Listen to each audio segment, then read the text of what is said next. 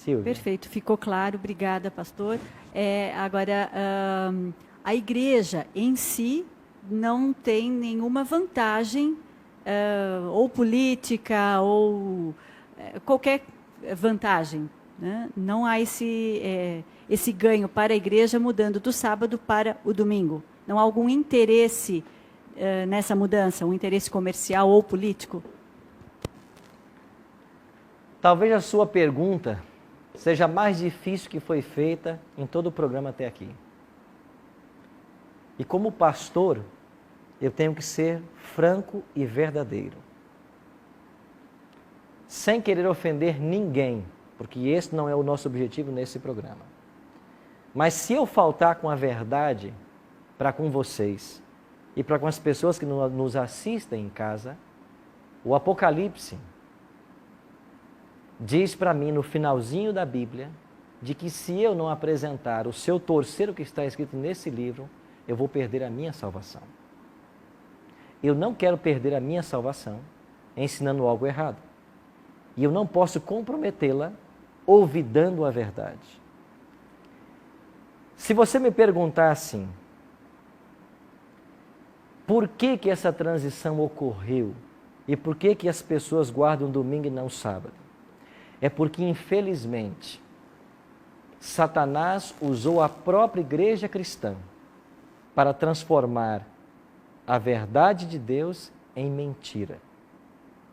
Quando a igreja romana, no quarto século, declara que o primeiro dia da semana é o dia santo, hoje toda a cristandade, e você talvez que está me ouvindo agora seja um cristão, um católico, um evangélico, primeiro fica bem claro para você de que igreja não salva ninguém. Porque quem salva é Jesus, igreja não salva. Mas se a tua igreja está ensinando você que o domingo deve ser um dia de adoração, um dia a ser santificado, eles estão fazendo isso sem a autorização da Bíblia. O que a igreja ganha com isso? Ela não ganha. Ela está participando de um engano satânico. A igreja não ganha. Pelo contrário, os membros perdem.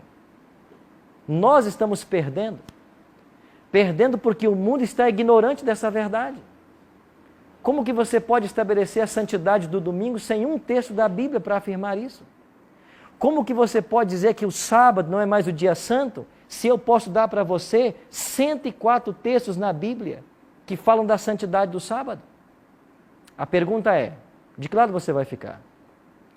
Vai ficar do lado da tradição, que adora, que prega a santidade de um dia que não tem nada de santo na Bíblia, e o domingo não é mau, é um dia bom como qualquer outro dia, mas nós não podemos, como cristãos, olvidar a verdade de que o sábado é o dia santo.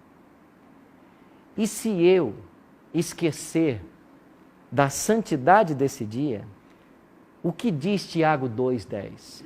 Qualquer que guarda toda a lei, mas tropece em um só ponto, se torna culpado de todos. Não adianta eu, como pastor, vir para a televisão e pregar para você que é pecado adulterar, que é pecado roubar, que é pecado matar. Eu tenho que fazer isso, mas eu não posso faltar com a verdade. Eu tenho que pregar toda a Bíblia, toda a lei de Deus. E dentro da lei de Deus há um quarto mandamento que diz que o sábado é sagrado. Você pode não aceitar isso, e Deus respeita isso. Você pode dizer que isso é mentira, Deus te respeita. Mas uma coisa você não vai poder dizer, de que você não conhece a verdade. E nós chegamos no momento do nosso estudo aqui, onde o nosso compromisso é com a Bíblia, desde o início, em que vocês estão se deparando com a verdade. E uma vez que vocês conhecem a verdade, vocês deixam de ser ignorantes dela. E por isso nós precisamos tomar uma posição. Cleide. Só uma constatação de que tudo, a resposta está na Bíblia. Eu não fui igreja, fui em escola mesmo. Eu aprendi, até passei isso para Josi outro dia, que sim, a mudança do sábado foi um interesse político, um interesse financeiro por conta da Igreja Católica. Eu aprendi isso, que os reis, imperadores como Constantino, queriam que os seus servos trabalhassem, mas além do que trabalhavam, e em troca disso eles davam terras, ouro à igreja, para a igreja convencer aos seus seguidores que eles poderiam sim trabalhar aos sábados. Ok. Eu não sei qual é a fonte que você aprendeu, qual o livro, e não questiono isso, mas eu queria colocar mais uma visão para você. O porquê dessa mudança.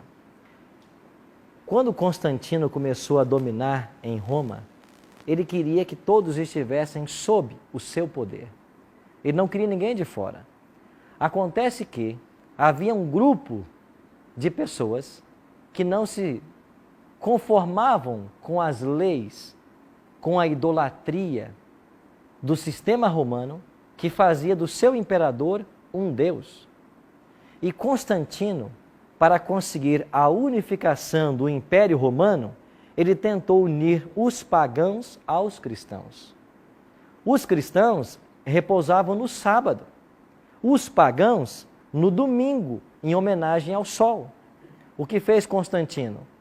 Ele chamou a igreja cristã, que guardava o sábado, para guardar o domingo. E através do domingo, ele conseguiu a união do cristianismo com o paganismo. A maioria dos cristãos cederam e passaram a guardar o domingo já no quarto século. Mas em toda a história, Deus tem um povo de que não se sujeitou às tradições humanas, mas ficou com a verdade divina. Em cada século da história, Deus teve um povo. Por isso, meus amigos, você que está participando conosco desse estudo, a nossa intenção não é ferir ninguém, não é magoar ninguém, mas o nosso compromisso é com a verdade. Como que eu posso olvidar para você o fato de que a cristandade está pisando no mandamento de Deus, que é o sábado? Mas, pastor, isso não é salvação pelas obras? Quem disse que é? Nós nunca dissemos isso. Nós já aprendemos aqui que salvação é de que forma? Pela graça. Mas o juízo é pelo quê? Pelas obras. E se eu guardo os 9 mandamentos e não guardar o sábado, de que vai me adiantar? Eu não sou salvo por eles. Mas quando Cristo me salva, uma evidência de que eu fui salvo é a observância que eu faço de todos os mandamentos, inclusive o sábado. Nós temos apenas alguns segundos e precisamos encerrar esse programa. Mas eu queria falar primeiro com vocês aqui. A princípio pareceu muito fácil estar sentado aqui, não? Mas vocês já me disseram aí nos corredores de que não é tão fácil ficar sentado aqui. Sabe por que não é? Porque a Bíblia é revelada. E toda vez que a verdade for exaltada, você precisa tomar uma decisão. Você pode dizer sim ou não a cada verdade que a Bíblia apresenta. E eu tenho um convite para fazer a vocês. Depois desse estudo, eu não sei quantos de vocês, mas existe alguém aqui, entre nós, que quer tomar a decisão agora, de a partir de hoje, buscar santificar o sábado e guardar todos os 10 mandamentos, como a Bíblia pede, não como forma de se salvar, mas como expressão de sua gratidão pela salvação que Cristo te ofertou na cruz do Calvário. Alguém quer ficar de pé e dizer isso? Pode. Pastor, eu vou me levantar, mas eu confesso que não vai ser fácil para mim. Como eu acredito que não deva ser fácil para nenhuma outra pessoa aqui que não tenha esse comportamento. Porque isso envolve muitas mudanças pessoais e profissionais. Mudanças estas que são possíveis, quando nós realmente assim desejamos. Porém, existe acredito eu, um período para essa transição, porque nós temos compromissos assumidos com pessoas e conosco, né? Sim. Então, esse comprometimento também é uma responsabilidade. E simplesmente agora virar as costas para todos esses compromissos e responsabilidades de um dia para outro, confesso que para mim não é possível. Mas a médio e curto prazos, a médio e longo prazos, não muito longos, né? Eu o farei, com certeza. Permaneça de pé, Silvia, como um exemplo de alguém que está tomando uma decisão. Está sendo humilde, inclusive, para confessar um desvio, uma desobediência ao mandamento, né? E pedindo a Deus a sua compreensão para comigo, para aceitar e me ajudar nessa nova mudança. E você está certíssimo na sua observação.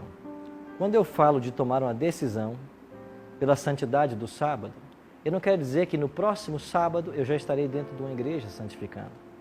Mas eu vou tomar essa decisão no coração. E vou, a partir de hoje, me preparar para que eu tenha condições de chegar a observar o mandamento como Deus o pede. Josi. Pastor, eu estou achando maravilhoso esse estudo. Eu confesso que, como católica, uma das coisas que eu sempre senti falta, e assim, eu sempre admirei vocês evangélicos pelo conhecimento profundo que vocês têm da Bíblia, mas como eu já falei anteriormente, eu estou achando muito válido todos esses dias que nós nos reunimos, que nós estudamos a respeito da Bíblia, os ensinamentos que o Senhor tem nos passado, mas assim, eu sinto a necessidade íntima de fazer um estudo mais aprofundado a respeito da Bíblia. Eu quero, eu mesma, fazer uma leitura mais detalhada, com mais calma, para que eu possa tomar as minhas decisões. Você está correto na sua ideia, e você representa um grande grupo de pessoas que têm dúvidas ainda sobre o assunto. Aqui nesse programa nós estamos dando o start. E alguns de vocês já têm uma bagagem para dizer sim e aceitar. Porque de fato não é a primeira vez que ouvem sobre o tema e já sabem que é isso. Mas a pergunta para aqueles que ainda estão sentados eu vou dar mais uma chance para vocês que estão sentados. Alguém quer se comprometer com Deus agora ainda e ficar de pé? Deus seja louvado. Amém. Por que eu tenho que fazer isso agora? É porque eu não sei, Júnior, Lu, Cleide, eu não sei, você pode ter as suas dúvidas, o argumento eu não sei se eu estarei vivo amanhã. Eu posso dar para vocês uma semana para vocês pensarem? Jamais. Eu posso dar para vocês para pensarem até amanhã? Jamais. Sabe por quê? Porque eu não sei o dia de amanhã. Eu sei o agora. Se eu tomo essa decisão agora, a minha fé está selada com Cristo por uma decisão racional. Pode ser que eu demore um tempo para entender e observar o sábado. Deus vai compreender. Mas a decisão racional, ela está sendo tomada. E você não está dizendo não para mim. Você não está dizendo não para um programa de TV. Você está dizendo não para o Espírito Santo, que está aqui desde o momento que a gente entrou nesse local. É para Ele que você está dizendo. O desejo do céu é a sua salvação. Mas eu disse uma vez e vou repetir para vocês. Ninguém vai para o céu empurrado. Você tem que querer ir. Você tem que desejar. Se você pensar nos obstáculos que o diabo vai colocar no seu caminho, você nunca sairá do lugar. Mas se você pensar que é um Deus grandioso, que pode abrir o mar vermelho em pleno século XXI, você não tem medo de tomar decisões, porque você confia nesse Deus. E talvez eu esteja falando com alguém em casa agora, que depois desse estudo, também tem o desejo de tomar a decisão. Eu quero convidar você a tomar essa decisão agora. Você pode ficar de pé aí na sua casa. você pode fechar os seus olhos e orar a Deus e dizer que você entendeu essa mensagem e que você está tomando a sua decisão. Isso é maior do que igreja, isso é maior do que religião, isso é a Bíblia, isto é você e Deus. É nós que precisamos tomar essa decisão.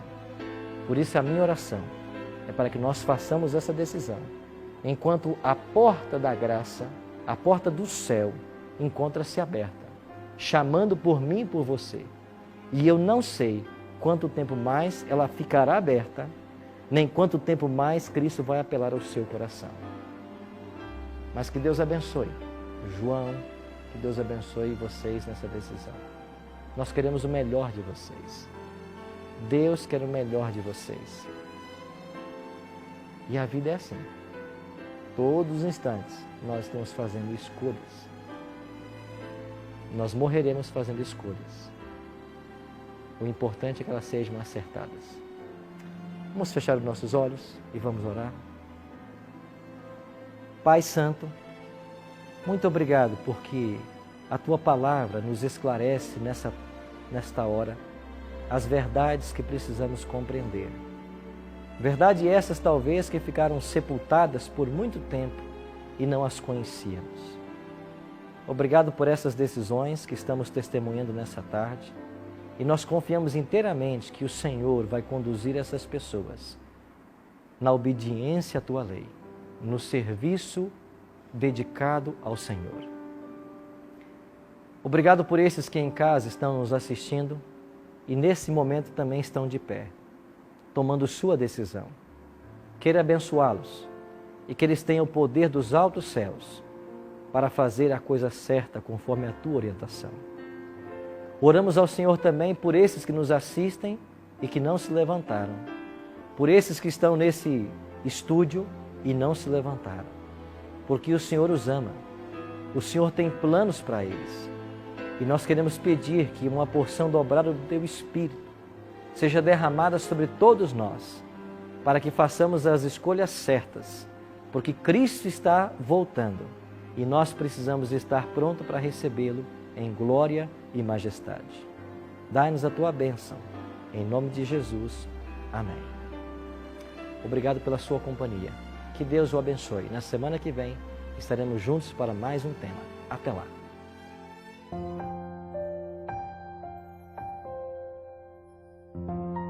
Ontem a Darley estava comentando a história dela, eu vi nela muito do que eu vivi, embora eu não tenha seguido em frente na minha decisão de me batizar. Então eu vi no que ela falou ontem, muito das coisas que eu vivi. Então eu tenho medo de tudo isso, porque foi uma época que eu sofri muito. Não assim que eles tenham me agredido, que eles tenham feito o que fizeram tempo, mas assim, aquela questão psicológica ficou muito forte comigo. Porque eles bateram de frente comigo mesmo, por muito tempo. Sabe? De dizer que eu tava magoando eles, que eu tava decepcionando. Umas coisas assim. Então... Eu entendo, Ludmila, perfeitamente o momento que você está passando. E é o Espírito Santo quem traz esses conflitos para a nossa vida. Agora, permite dizer uma coisa para você com muito carinho.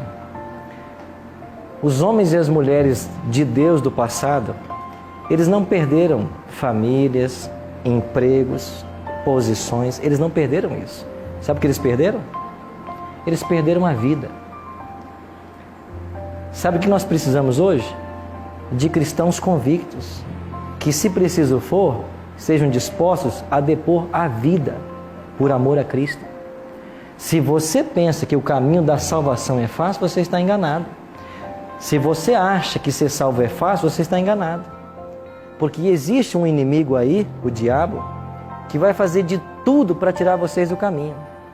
E ele vai fazer de várias formas, porque eu sei. Porque eu lido com isso há 27 anos.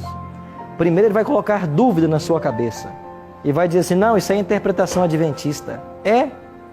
Leia os 9 textos sobre o domingo na Bíblia e diga se eles dizem que é para santificar. Leia os 104 sobre o sábado e veja se eles não estão pedindo para santificar.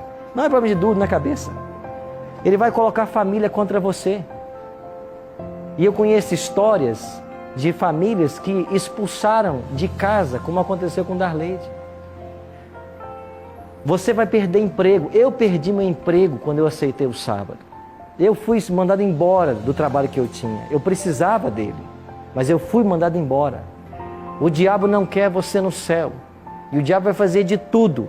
Se ele não conseguir colocar uma dúvida, ele vai pôr um parente contra você. Se não, ele vai te amarrar financeiramente. Ele vai te amarrar de todos os jeitos. Agora, uma coisa vocês aprendam. Vocês só darão um passo nessa direção se vocês disserem assim: isso é a verdade bíblica? Eu quero estar com Deus e o resto não interessa. Eu vou enfrentar. Eu me anulava muito por conta dos outros. E a minha experiência e a minha maturidade trouxeram, acredito que essa sabedoria para mim, que eu tenho que amar a todos, mas a mim primeiro. Então, deixar de tomar uma decisão que é boa para mim, por causa dos outros, não é a decisão mais inteligente. Você quer ver uma coisa dentro da sua fala? Eu já estudei a Bíblia, vou dar a palavra para você. Eu já estudei a Bíblia com várias pessoas que disseram assim para mim finalmente. Falaram assim: pastor, eu não posso aceitar essa verdade. Sabe por quê? Porque a minha mãe, que já morreu, voltou e disse para mim que eu não posso sair da minha igreja. Porque se eu começar a guardar o sábado, eu estou contrariando e magoando ela. Meus amigos, quem já morreu pode vir aqui dar a opinião dele? Não pode. Mas o diabo está disposto a fazer isso. Ele vai colocar de tudo no caminho de vocês para que vocês não decidam. Essa é a realidade nossa. E estamos aqui para entender essa realidade. A nossa preocupação aqui é com o bem-estar de vocês e não é presente. Porque se fosse a nossa preocupação, viu, Jati? Com o seu bem-estar presente, a gente só dava o serviço para você, mas não dava a Bíblia para você. A nossa preocupação é com o bem-estar eterno de vocês. Porque depois dessa vida tem uma vida além. E se vocês não se prepararem, se eu não me preparar, nós não vamos ser salvos, meus amigos. Tem um diabo aí fora, querendo atrapalhar tudo, querendo levar as pessoas para o inferno. Nós estamos aqui para conhecer a verdade. Agora, alguns de vocês tomarão as decisões diante das câmeras. Louvado seja Deus por isso, outros não tomarão. Mas nós vamos orar por todos, como acabamos de orar. Por todos. Mas o que eu não quero é que você saia daqui dizendo assim: pastor, eu não entendi isso. O senhor pode me explicar de novo? E eu vou explicar.